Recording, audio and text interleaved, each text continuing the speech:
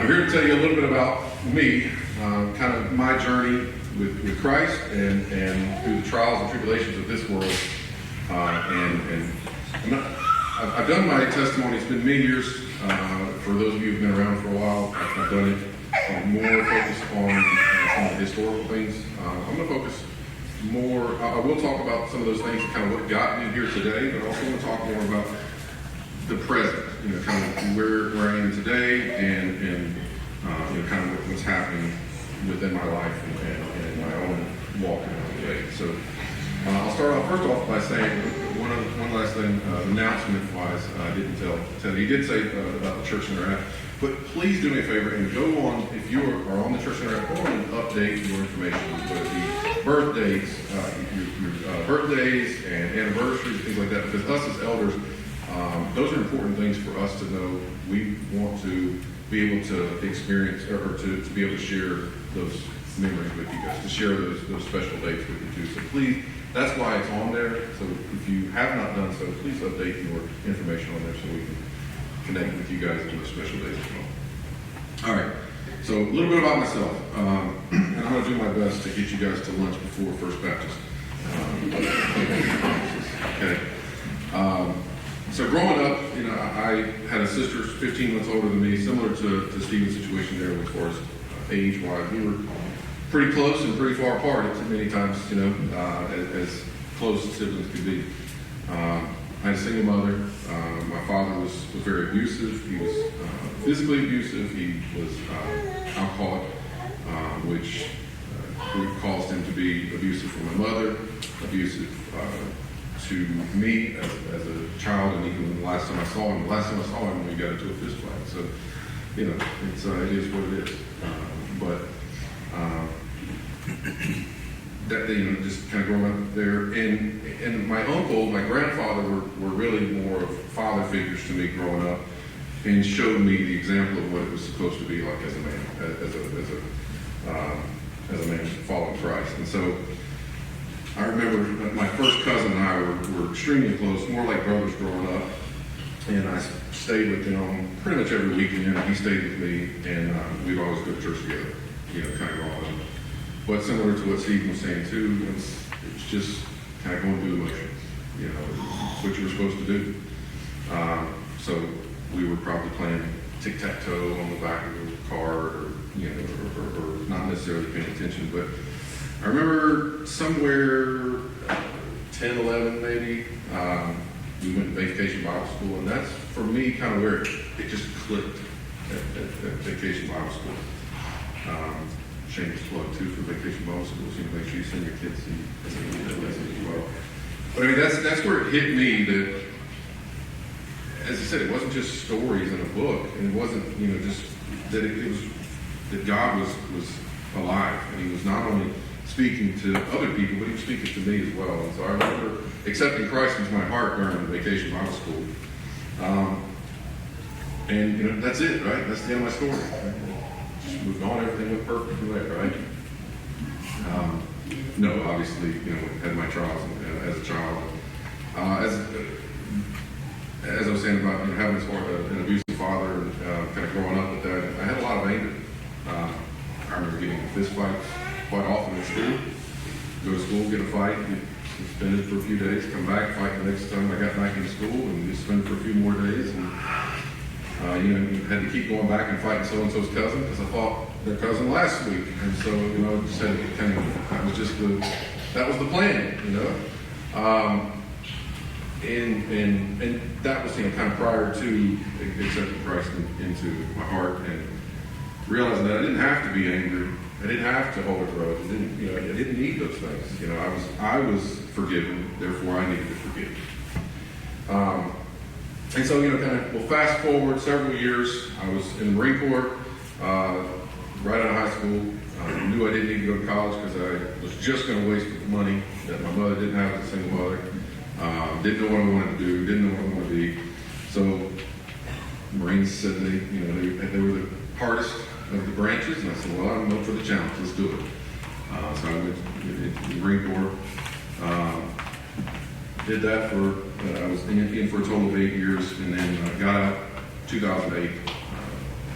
I did I served in Iraq, and definitely had combat action and things like that while in Iraq.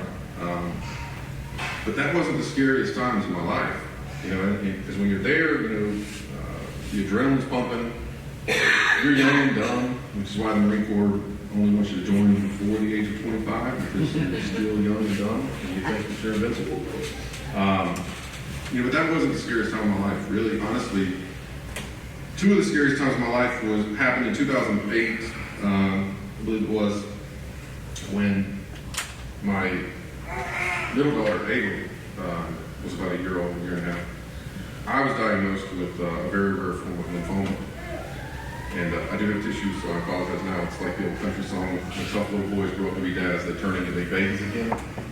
That's me. So I was diagnosed with a very rare form of lymphoma. It's called gamma delta T-cell lymphoma. It took a while to get the diagnosis. It was a couple of weeks of high fevers, restless nights, no sleeping, night sweats, just always exhausted because you weren't sleeping, or I wasn't sleeping. A lot of pain, like just chest pain. Felt like you had like really bad gas pains or things like that. Just felt like you had a lot of pressure in the chest. I went to a couple different doctors and hospitals to get checked out. They just sent me home because I had also had ulcerative colitis, and they just chalked it up to colitis was acting up, and I wasn't, something it just wasn't right. Ultimately, ended up going over to Marine Corps Hospital, and they began testing, doing some blood work, and they admitted me, and started doing more tests, bone marrow tests, and those are always fun. I know some of you have experienced it where they drill into your hips and stand on top of you. Fun times while they're pulling out, and then they did a liver biopsy to confirm what they found in the bone marrow, and that was that lymphoma. When I did the liver biopsy, I remember, at the time I had no idea what was going on. I just knew that I was sick. They needed to find something to get me better. I did the liver biopsy. Before I ever got to the room, when I got back to the room, it was clear that the doctors had already spoken to my wife and my mother. Because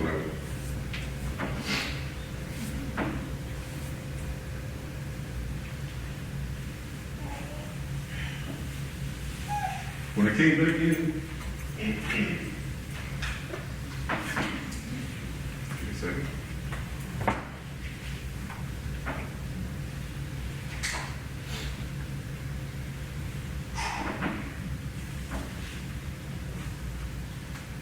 I can see the pain and the fear in their eyes. So I knew it wasn't good. The doctor sat me down, told me I had this lymphoma, and that we needed to begin treatment immediately. I think he took me down the next day, took me the next day, put a port in my chest, and we're going to start the chemo treatments immediately. And I remember that night I was up in the Marine Corps Hospital didn't have the means to treat me. They ended up sending me to Wake Forest Baptist, which was the expert in gamma delta, meaning that they had seen one case of it. At that time, I think there'd only been a handful of cases diagnosed ever that the doctors knew of. And so extremely rare when I say rare. And obviously there's been more cases since then, but Wake Forest Baptist were the experts. And so they sent me up to Wake Forest Baptist.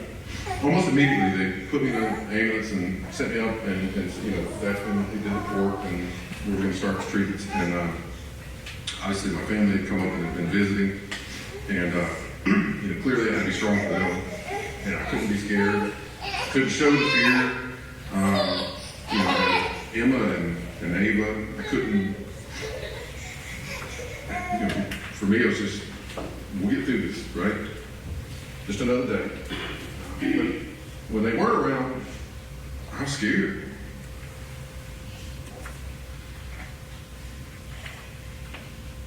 All I could think about was that I wouldn't get to see them grow up.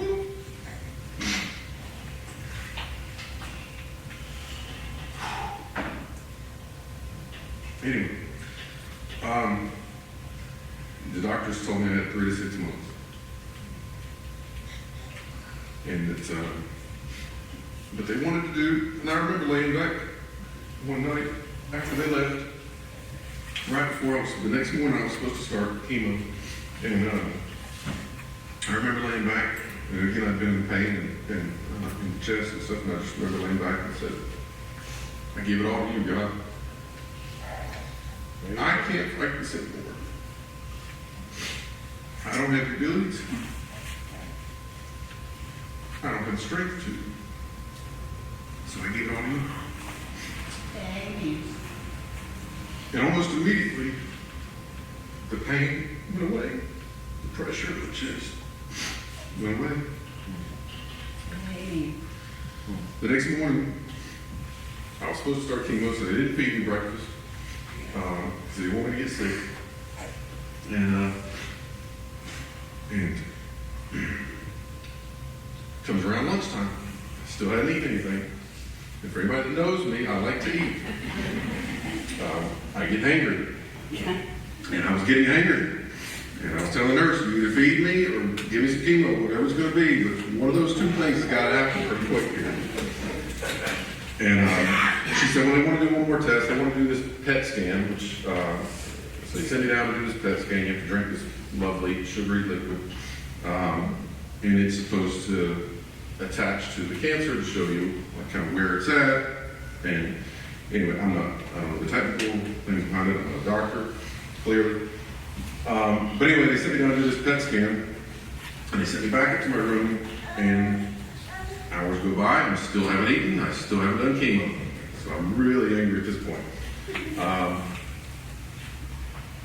But after a few hours, the doctors and the nurse came in, and I said, well, are we going to start this chemo or not?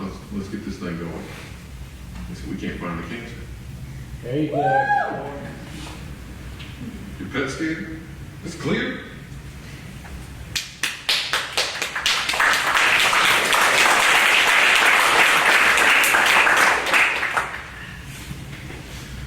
And from that day forward, I've been cancer-free. Hey. They took the cord out of my chest after a few months just to make sure. I still have to do blood work and stuff to check for it every once in a while, but I've been cancer-free from that day.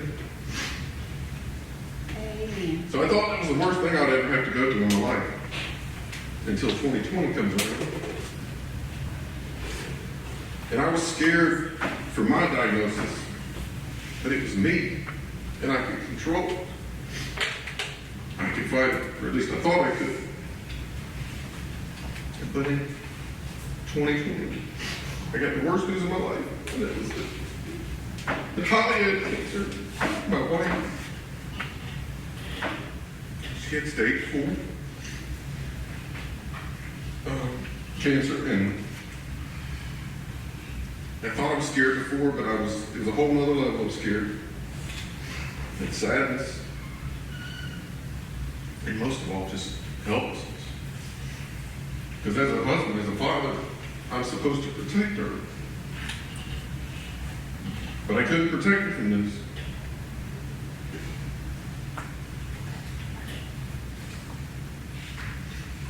My children would ask, is Mom going to die? Is this the end? And I didn't want to lie to them, but I couldn't tell them, I don't know. It was much scarier than war.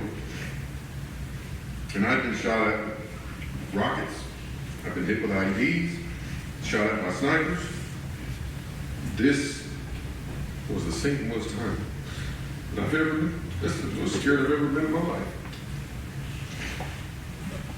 And I was angry. A lot of people say they get angry at God. I wasn't angry at God, I was just angry. Because I'm sure I'm not the only man, but when we're scared, we get angry. I can tell you, my wife and my daughter know that when I try to call their phones and they don't answer, I'm scared. I can't tell them I'm scared. I'm angry. Because you start fearing the worst, right? And what happened? Did they get in a car accident? What's wrong? Why are they not answering? So that fear becomes anger. And then when they do finally answer, it's, why didn't you answer the phone? Turn your phone off if you don't.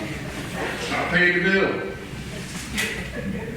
But I was scared. I was angry. And it was the darkest time, I think, in my entire life. Much darker than war, much darker than my own diagnosis, because again, I was helpless. And I had to rely on somebody else. And I probably prayed more for that year and a half or so, more than I'd ever prayed in my entire life. And again, the Lord showed me that He's always faithful. She went through her treatments. And she had it much harder than me because she actually had to go through the treatments. But she is cancer-free as well. Amen.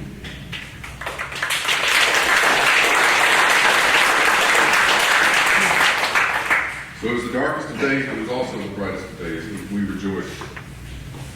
And we continue to rejoice. And you just get a new appreciation for life when you've been through those things. And I know that we have people here in the congregation that are struggling with some of these things. And I'm here to tell you that God has a plan, a much greater plan than we have. And He reveals Himself to us each and every day. Whether we notice it or not, whether we pay attention. Just like He did when He spoke to Moses on the mountain in Exodus 3:1. He reveals Himself and He speaks to us.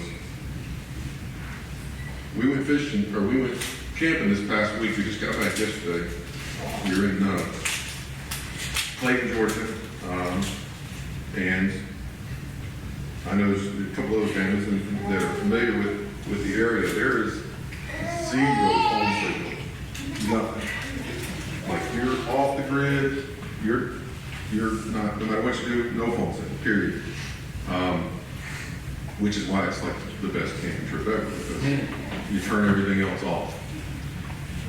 And you kind of reconnect to what's important. And one morning, we get up about 6 a.m. Usually go fishing, trout fishing, go up river. And if you think you have no signal at the campground, they have Wi-Fi, you can connect. If you hold your phone the right angle, at the right time of the day, it's cloudy. When you go upstream, there's nothing. No Wi-Fi, no signal, no nothing. But I have my phone with me just so I can take pictures in case we caught something. And that morning, Ava did not feel like getting up. I couldn't drag Audrey out of bed, but Emma got up with me. And we went, Holly is not getting up this morning. Not to go fishing. Take her to the mall or something like that, maybe. Unless it's Tate City Mall, for those of you who are familiar with that. Anyway, so we got up at 6 that morning and went upstream, went fishing. And nothing was really biting. But I just remember, I was sitting there and watching her fish. And I just remember praying, just, Lord, let her catch something. I just want to see the joy on her face. And she did. She ended up catching 2, and I caught 1. But as we were on the way back down the mountain, I prayed. I just was driving, and I was praying and talking to God, and I just said, thank you for this opportunity. Thank you for just, she's going to college. She moves in this coming Friday. It's hard to believe. And I'm okay right now, but I don't know about Friday. It might be a little harder. But I was just praying, thank you for the opportunity to be able to just spend this time with her one-on-one before she goes to college, and just enjoy the beauty of nature, and guys, and I can't even describe how beautiful it is when you're out there. But as I finished up, kind of wrapped up my prayer as I'm driving, I get a notification on my phone. I'm like, I have no signal. How can I get a notification? How is that possible? And I looked over, and it was a YouTube notification. I don't even watch YouTube. Audrey likes to watch YouTube on my phone. But I get a YouTube notification, and it says, it's titled, Above Inspiration, God Has Something Better.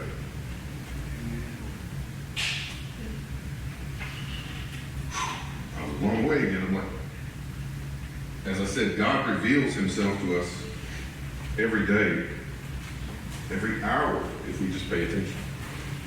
And I had no signal. I looked at my phone and it said, emergency calls only, nothing. No bars, no Wi-Fi, nothing.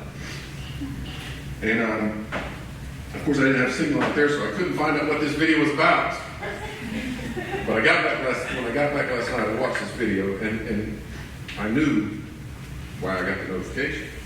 he talks about, and it's kind of an inspirational video. It talks about, just that giving up your past, giving up the little things for God's much greater plan. And one of the lines that he talks about there says, and it reminds me of a song that Jesse and our worship team do, New Life. And one of the things that was said in that message, in that video, says that when the grapes go through the crushing, it knows that it will never be a grape again, but it's going to become wine. Some of the wine may be better. I don't like wine, but anyway, the point is that giving up your past to become something better. And for me, a much better example is when a caterpillar enters the cocoon, it knows that it's never going to be a caterpillar again, but it's going to become something much more beautiful, a butterfly, moth. And later in the week, and I've asked these people if I have permission to just give you a glimpse into their story, but my best friend Derek and his wife,